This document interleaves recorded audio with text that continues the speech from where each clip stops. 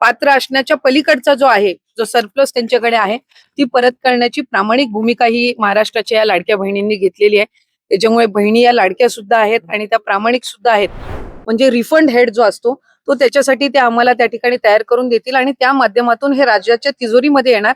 त्यांच्या पात्र लाभाच्या पलीकडे जर ती रक्कम आलेली असेल तर जसं या 4-4.5 बहिणींनी पुढाकार घेतलेला आहे तशाच पद्धतीने इतर लाडक्या बहिणींनी सुद्धा घ्यावा. ज्यांनी चुकीच्या पद्धतीने घेतलेल्या आहेत त्यांना त्या संदर्भामध्ये एकदा तो डेटा आम्हाला जसा मिळत जाईल त्यांना त्या संदर्भातली माहिती दिली जाईल आणि राज्य शासनाच्या तिजोरीमध्ये तो त्या पद्धतीने जमा केला. ही आत्ताच आलेली आहे. आतमध्ये जाऊन त्या संदर्भातली अधिकची माहिती निश्चितपणाने घेता येईल. पण काही त्यांचे काही पूर्वनियोजित कार्यक्रम सुद्धा होते. माझी खात्री आहे की पक्ष श्रेष्ठींसोबत या संदर्भातली चर्चा त्यांनी निश्चितपणाने केली असेल. काही अधिवेशनाला ज्येष्ठ नेते छगन भुजबळ गैरहजर दिसत आहेत. अजून नाही. आदरणीय प्रफुल्लभाई पटेल साहेबांचं आणि तटकरे साहेबांचं त्यांच्या सोबत बोलणं झालेलं आहे आणि मला खात्री आहे की आता शिबिर सुरू झालेलं आहे. त्यांचा काही पूर्वनियोजित दौरा सुद्धा होता. त्या संदर्भामध्ये सुद्धा त्यांनी त्यांना माहिती दिलेली आहे. त्यामुळे ते सुद्धा निश्चितच लवकरात लवकरच शिबिरामध्ये सहभागी. लाडकी बहीण योजनेची फेरपडताळणी होणार आहे का? अनेक महिलांना वाटते की आमच्या पैसे बंद होतील. मी याआधी सुद्धा प्रसार माध्यमांच्या माध्यमातून या संदर्भामध्ये आम्ही माहिती दिलेली आहे की आम्ही 5 बाबींवर जे क्रॉस व्हेरिफिकेशन आहे ते करत आहोत. त्याच्यामध्ये 2.5 लाखाच्या उत्पन्नापेक्षा अधिक ज्यांचं उत्पन्न आहे अशा ज्या महिलांनी लाभ गेलेला आहे किंवा ज्यांच्या संदर्भातल्या तक्रारी आलेल्या आहेत किंवा दुचाकी वाहनांच्या पलीकडे 4 चाकी वाहने ज्यांच्याकडे आहेत त्यांच्या संदर्भातल्या काही तक्रारी आमच्याकडे आल्या होत्या. काही लग्न होऊन इतर राज्यामध्ये वास्तव्यास गेलेल्या असतील त्यांनी त्या ठिकाणी काही ऍप्लिकेशन्स केलेले आहेत की आम्ही आता या लाभासाठी पात्र नाही आहोत. त्याच्यानंतर डुप्लिकेशन म्हणजे त्यांनी 2 वेळा अर्ज दाखल केले होते किंवा 2-3 वेळा अर्ज दाखल केले होते अशा काही तक्रारी आल्या होत्या.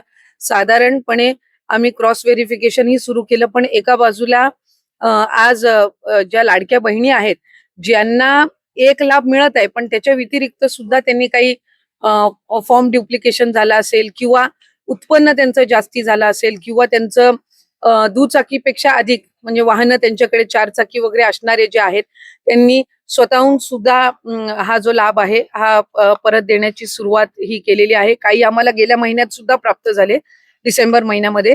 काही आता जानेवारी महिन्यामध्ये प्राप्त होत आहेत आणि ते आम्ही सरकारी चलांच्या माध्यमातून त्या ठिकाणी ती संपूर्ण जी प्रोसिजर आहे ती करून घेतोय. मी आपल्या माध्यमातून या लाडक्या बहिणींचे आभार सुद्धा मानेन की त्यांना ज्या वेळेला लक्षात आलं की आपल्याला 2 वेळेला लाभ आलेला आहे किंवा आपण त्या लाभासाठी पात्र नाही आहोत त्यावेळेला त्या स्वतःहून पुढे येऊन राज्य शासनाचा हा जो निधी आहे हा त्यांच्या पात्र असण्याच्या पलीकडचा जो आहे, जो सरप्लस त्यांच्याकडे आहे, ती परत करण्याची प्रामाणिक भूमिका ही महाराष्ट्राच्या या लाडक्या बहिणींनी घेतलेली आहे.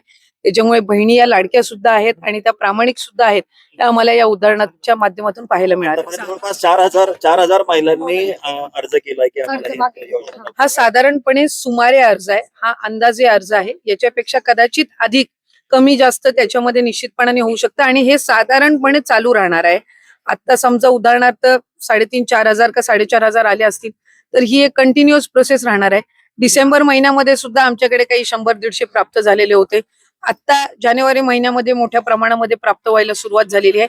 अशी जसं जसं त्या ठिकाणी त्यांना लक्षात येईल तशा तशा पद्धतीनं निश्चितपणाने ती प्रोसिजर होईल आणि आम्ही जे क्रॉस व्हेरिफिकेशन परिवहन विभाग असेल, इन्कम टॅक्स डिपार्टमेंट सोबत असेल आणि इतर यांच्या सोबत जे काही क्रॉस व्हेरिफिकेशन चालू केलेलं आहे त्याच्यामुळे ही एक ऑनगोईंग प्रोसिजर राहणार आहे. सातत्याने ती चालू राहणार आहे. त्याच्यामुळे कमी जास्ती नंबर मध्ये आपल्याला पुढच्या कालावधीमध्ये पाहायला मिळेल.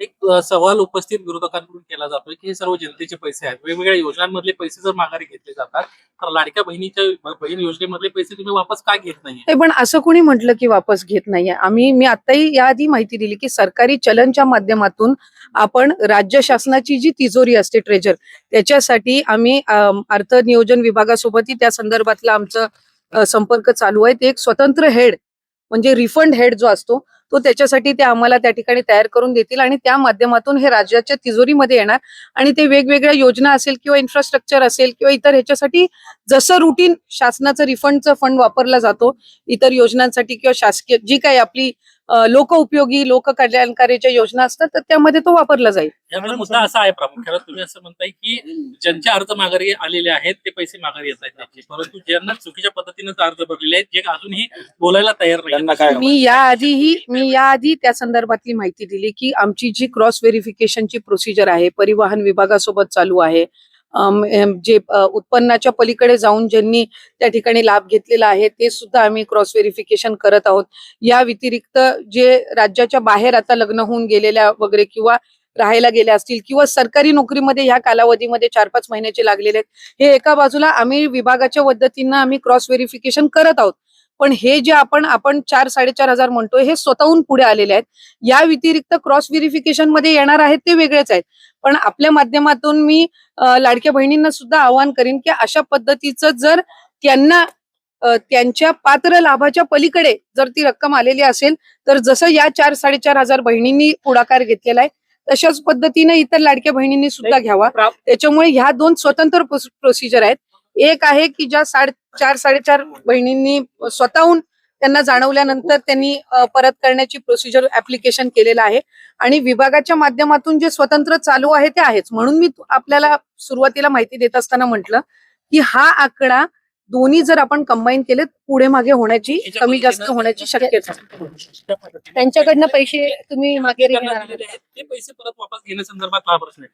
चुकीच्या पैसे परत पद्धतीने- घेतले जाणार का? चुकीच्या ज्यांनी पद्धतीने चुकीच्या पैसे गेलेले आहेत, त्यांचे पैसे जे आधी त्यांना नियमबाह्य पैसे फॉर्म मिळालेले भरून आहेत, त्यांनी मी आपल्याला त्या संदर्भामध्ये सुद्धा माहिती दिली की आम्ही क्रॉस व्हेरिफिकेशन मध्ये अशा पद्धतीनं आढळल्यास त्यांना त्या संदर्भातली माहिती देऊन आता जसं 4-4.5 हजार बहिणी पुढे आलेल्या आहेत आणि त्या स्वतःहून शासनाला ते रिटर्न करत आहेत तशाच पद्धतीनं ज्यांनी चुकीच्या पद्धतीनं घेतलेल्या आहेत त्यांना त्या संदर्भामध्ये एकदा तो डेटा आम्हाला जसा मिळत जाईल त्यांना त्या संदर्भातली माहिती दिली जाईल आणि राज्य शासनाच्या तिजोरीमध्ये तो त्या पद्धतीनं जमा केला नाही, पण एखादी बहीण पुढे येऊन 2.5 कोटी त्याने नाहीच 2.5 कोटी लाभार्थ्यांची महिलांची तर तुम्ही काही पावलं उचलणार आहात.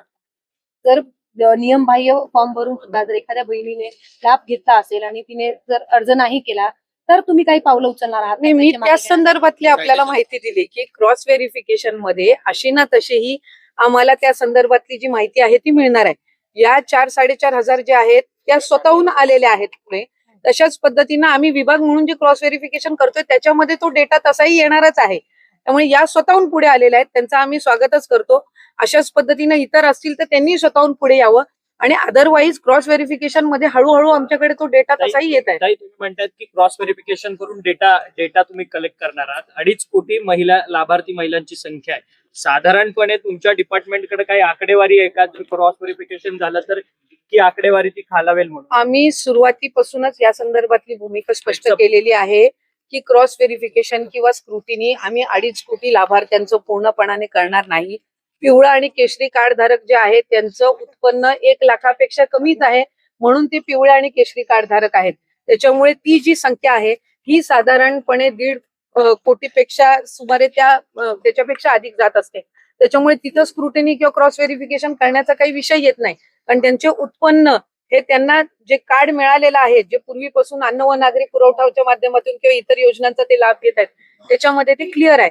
दुसरी महत्वाची बाब नमो शेतकरी योजना आहे ज्याच्यामध्ये 1000 रुपयाचा लाभ काही महिलांना मिळत असतो. त्याच्यामध्ये सुरुवातीपासूनच आम्ही शासन निर्णयामध्ये एक निर्गमित केलेला आहे की ज्या इतर योजनांचा लाभ घेतात पण तो 1500 पेक्षा कमी आहे त्याची जी वरची कॅपिंग आहे ती लाडकी बहीणच्या माध्यमातून दिली जाईल. म्हणजे उदाहरणार्थ नमो शेतकरीचा 1000 रुपयाचा लाभ हा लाडक्या बहिणींना मिळतोय. आता 1500 तो करण्याच्या दृष्टिकोनातून वरची जी 500चा लाभ आहे हा लाडक्या बहिणीच्या माध्यमातून दिला जाणार आणि ह्यामध्ये आम्ही कुठलाही शासन निर्णयामध्ये बदल करत नाही. आपण जो GR सुरुवातीला बघितला किंवा शासन निर्णय जो आम्ही निर्गमित केलेला आहे त्यानुसारच त्या ठिकाणी ही सर्व प्रक्रिया सुरू आहे. फलटण तालुक्यातील वेडणे गावामध्ये